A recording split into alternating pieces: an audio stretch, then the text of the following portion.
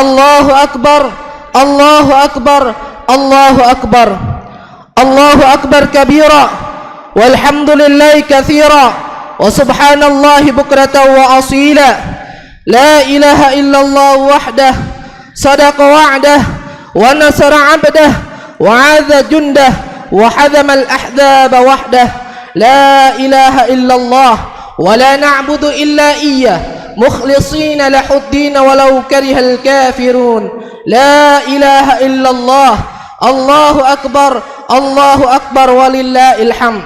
Alhamdulillahil malikid dayyan, wassalatu wassalam ala sayyidina waladi adnan wa ala alihi wa sahbihi wattabi'ina ala marriz zaman. Wa ashhadu an la ilaha illallah wahdahu la syarika lah, wa ashhadu anna sayyidina Muhammadan abduhu wa rasuluh la nabiyya ba'dah. Allahumma salli wa sallim ala sayyidina wa habibina wa syafi'ina wa nuri qulubina sayyidina Muhammad wa ala alihi wa sahbihi ajma'in, amma ba'du. Faya ayyuhal hadirun, usikum wa iyaya bitaqwallah. Wa qala ta'ala, ya ayyuhalladzina amanu taqullaha haqqa tuqatih wa la tamutunna illa wa antum muslimun. Wa qala aidan, a'udzu billahi minasy syaithanir rajim. Bismillahirrahmanirrahim. Inna a'tainakal kautsar fasalli lirabbika wanhar inna syani'aka huwal abtar. Shadaqallahul azim. Ma'asyiral muslimin wal muslimat, jamaah salat Idul Adha rahimakumullah. Tiada ungkapan lain yang harus kita ucapkan selain kalimat alhamdulillahi rabbil alamin atas anugerah nikmat yang telah dikaruniakan kepada kita semua. Di antaranya nikmat yang tidak bisa kita hitung satu persatu ini adalah kasih sayang Allah pada kita berupa umur panjang dan kesehatan, sehingga kita masih bisa bertemu dengan hari raya Idul Adha. Banyak saudara-saudara kita yang telah mendahului kita menghadap Allah Subhanahu wa ta'ala, dan juga mereka yang saat ini sedang terbaring sakit sehingga tidak bisa bersama-sama dengan kita beribadah di tempat yang mulia ini. Allahu akbar, Allahu akbar, walillahil hamd. Pada setiap hari raya Idul Adha, kita tidak akan bisa terlepas dari tiga ibadah yang mampu meningkatkan ketakwaan kita kepada Allah Subhanahu wa ta'ala. Ibadah tersebut adalah salat Id, kurban, dan ibadah haji. Selain memupuk ketakwaan dan keimanan kepada Allah, tiga ibadah ini mengandung banyak nilai-nilai dan hikmah yang mampu menjadikan kita pribadi yang baik dan semakin dicintai oleh Allah Subhanahu wa ta'ala. Di antara nilai-nilai tersebut adalah kepasrahan diri atau tawakal secara totalitas kepada Allah Subhanahu wa ta'ala. Allahu akbar, walillahil hamd. Ma'asyiral muslimin rahimakumullah. Tawakal adalah memasrahkan diri setiap perkara kepada Allah Subhanahu wa ta'ala. Pasrah kepada Allah bermakna memilih, menjadikan Allah sebagai zat yang memutuskan hasil dari setiap perkara yang dihadapi seorang hamba. Kepasrahan ini menjadi sebab dicintai kita kepada Allah, dicintai kita oleh Allah Subhanahu wa ta'ala, sebagaimana ditegaskan dalam Al-Quran surah Al-Imran ayat 159. Faiza azamta fatawakkal 'ala Allah, innallaha yuhibbul mutawakkilin. Kemudian apabila kamu telah membulatkan tekad, maka bertakwalah kepada Allah, sesungguhnya Allah menyukai orang-orang yang bertawakal kepadanya. Allahu akbar, walillahil hamd. Ma'asyiral muslimin rahimakumullah. Pada kesempatan ini, marilah kita resapi nilai-nilai kepasrahan diri atau tawakal kepada Allah dari tiga ibadah yang identik dengan hari raya Idul Adha. Yang pertama adalah salat Id. Ibadah sunnah ini serasa harus dan wajib dilakukan oleh umat Islam pada momentum Idul Adha.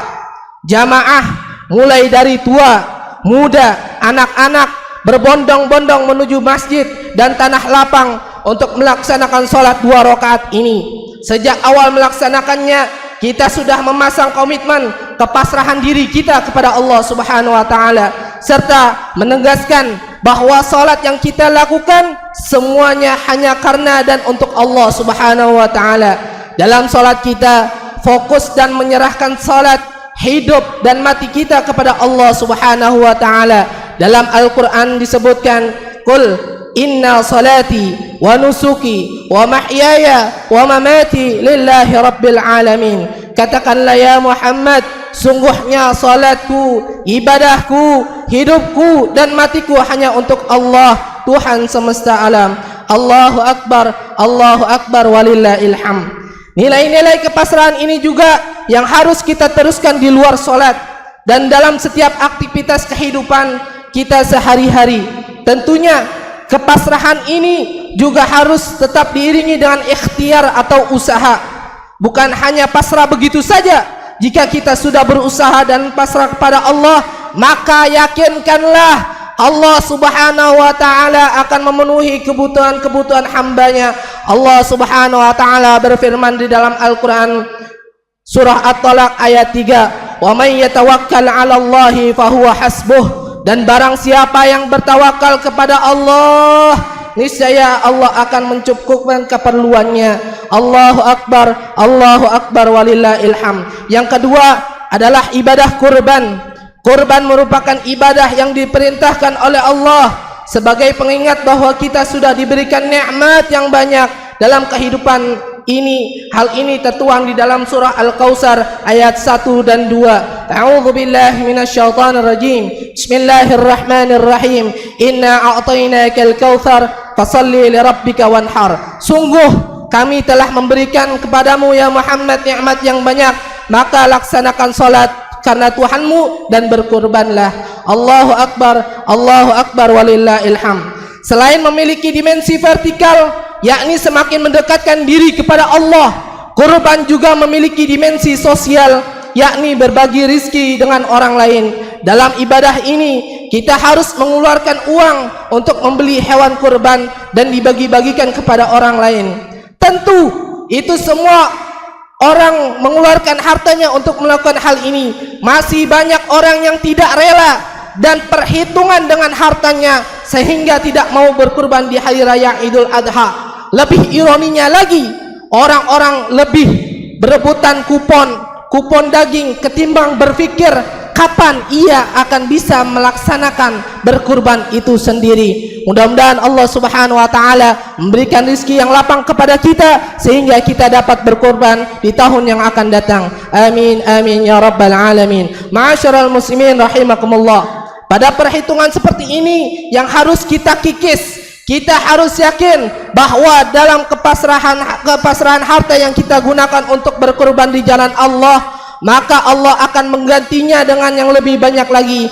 Allah subhanahu wa ta'ala berfirman, masalul ladzina yunfiquna amwalahum fi sabilillah kamasali habbatil ambatat sab'a sanabila fi kulli sumbulatin mi'ata habbah wallahu yudha'ifu liman yasha wallahu wasi'un alim. Artinya perumpamaan orang-orang yang menginfakkan hartanya di jalan Allah adalah seperti orang-orang yang menabur sebutir benih yang menemukan 7 tangkai. Pada setiap tangkainya ada 100 biji. Allah melipat gandakan pahala bagi siapa yang dia kehendaki. Allah maha luas lagi maha mengetahui. Allahu Akbar walillahil hamd. Ma'asyiral muslimin rahimakumullah. Yang ketiga adalah ibadah haji. Dalam ibadah yang menjadi rukun Islam kelima ini, kita juga diajarkan nilai-nilai kepasrahan kepada Allah. Bagaimana tidak, saat menjalankan ibadah haji, kita harus jauh-jauh pergi ke tanah suci Makkah, meninggalkan orang-orang yang kita cintai dan memasrahkan semuanya kepada Allah subhanahu wa ta'ala. Selain itu, kita juga harus merelakan diri untuk mengeluarkan harta yang banyak agar bisa pergi ke Baitullah, menyempurnakan rukun Islam kita yang kelima, yaitu berhaji.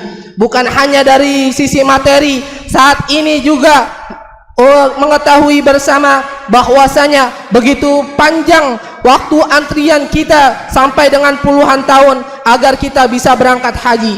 Ini mengandung hikmah bahwa kita harus tetap berusaha untuk bisa berangkat ke tanah suci dengan upaya mendaftarkan diri. Lalu setelah itu kita pasrahkan semuanya kepada Allah subhanahu wa ta'ala. Allahu Akbar walillahil hamd. Senada dengan kepasrahan untuk mengeluarkan harta dan lamanya waktu tunggu ini, Allah subhanahu wa ta'ala mengawali perintah haji dengan kata-kata lillah, untuk Allah Subhanahu wa taala. Hal ini termaktub di dalam Al-Qur'an surah Al-Imran ayat 97. Walillahi 'alan nasi hajjul bait man istata'a ilaihi sabila wa man kafara fa innallaha ghaniyun 'anil 'alamin. Di antara kewajiban manusia terhadap Allah adalah melaksanakan ibadah haji ke Baitullah, yaitu bagi orang-orang yang mampu mengadakan perjalanan ke sana. Siapa yang mengingkari kewajiban haji, maka sesungguhnya Allah Maha Kaya, tidak memerlukan sesuatu apapun dari seluruh alam. Ma'asyiral muslimin rahimakumullah, mudah-mudahan Allah Subhanahu wa taala